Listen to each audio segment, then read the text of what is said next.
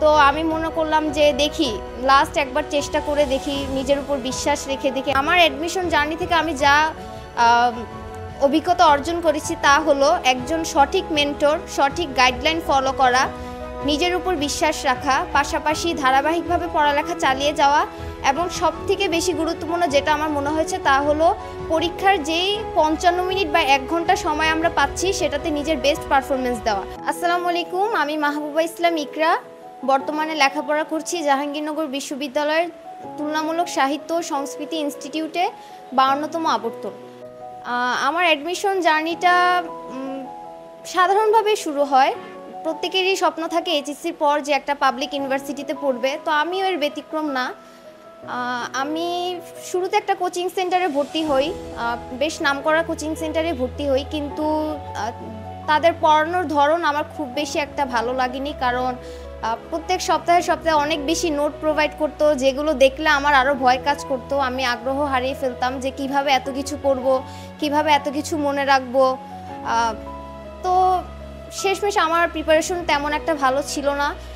আর আমি খুব বেশি জায়গায় পরীক্ষাও দেইনি, শুধু সিইউতে, যেহেতু আমার বাসা চট্টগ্রামে, শুধু সিইউতে, এবং যেহেতু ঢাকা ইউনিভার্সিটি সবারই টার্গেট থাকে, তাই ঢাকা ইউনিভার্সিটিতে পরীক্ষা দেওয়া হয়েছিল। এই 2 জায়গায় শুধু পরীক্ষা দেওয়া হয়েছিল।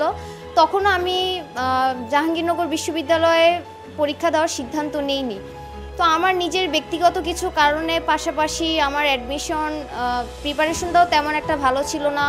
এদিক থেকে সিইউ এবং ডিইউর এক্সামটাও খুব ঘনিয়ে আসছিল। তো সব মিলে আমি দিলাম, কোনো রকম পরীক্ষা দিলাম, এবং পরীক্ষা দিয়েই বুঝতে পারি যে আমার চান্স হবে না। আর রেজাল্টও তাই হলো, চান্স হয়নি। তো আমি খুবই ভেঙে পড়েছিলাম যে কিভাবে কি করব।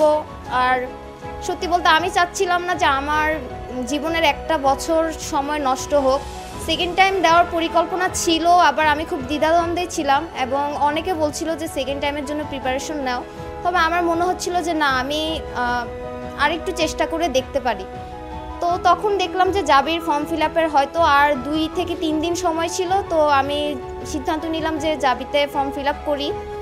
তো মাত্র 18 দিনের প্রিপারেশনের জন্য মাত্র 18 দিন সময় পাই। আর অ্যাডমিশনের শুরু থেকেই বিভিন্ন ফেসবুকে বিভিন্ন এডুকেশনাল প্ল্যাটফর্মের ভিডিও দেখতাম, মোটিভেশনাল ভিডিও দেখতাম। তার মধ্যে একটা ছিল আই এডুকেশন। তো বরাবরই মহসিন ভাই বা আই এডুকেশনের যেসব মোটিভেশনাল ভিডিও আছে বা ক্লাস আছে, এগুলো বরাবরই আমি করতাম। টুকটাক খুব যে ফলো করতাম তা না, দেখা হতো, ভালো লাগতো, ইন্সপায়ার, তাদের অনেক অনুপ্রেরণা কাজ করছিল আমার মধ্যে তাদের এই ভিডিওগুলো দেখার পর। তো আমি জাহাঙ্গীরনগরের ফর্ম নেওয়ার পর তো বুঝতেছিলাম না যে সিইউতেও হলো না, ডিইউতেও হলো না, আর কোথাও ফর্ম নিইনি, বুঝতেছিলাম না যে কিভাবে প্রিপারেশন নিব, কিভাবে শুরু করব, ভয় কাজ করছিল। কারণ জাহাঙ্গীরনগর সম্পর্কে অনেকেই বলে যে আল্লাহ জানে কোথা থেকে প্রশ্ন আসে, যতই ভালো প্রিপারেশন নিই না কেন চান্স পাওয়া যায় না। তো এগুলো শুনে আমি মহসিন ভাইকে মেসেজ দিই, আমার অবস্থার কথা বলি যে ভাই আমি বুঝতেছি না কিভাবে করব। তো উনি আমাকে সাজেস্ট করলো যে আইসিইউ ব্যাচে ভর্তি হওয়ার জন্য। তো আমি মনে করলাম যে দেখি লাস্ট একবার চেষ্টা করে দেখি, নিজের উপর বিশ্বাস রেখে দেখি, এবং আই এডুকেশনের উপর বিশ্বাস রেখে আমি ভর্তি হলাম। তো ভাইদের ম্যারাথন ক্লাসগুলো খুব বেশি এফেক্টিভ ছিল আমার জন্য, অনেক বেশি ম্যারাথন ক্লাস থেকে অনেক বেশি শিখতে পারছি। আর আরেকটা বিষয়,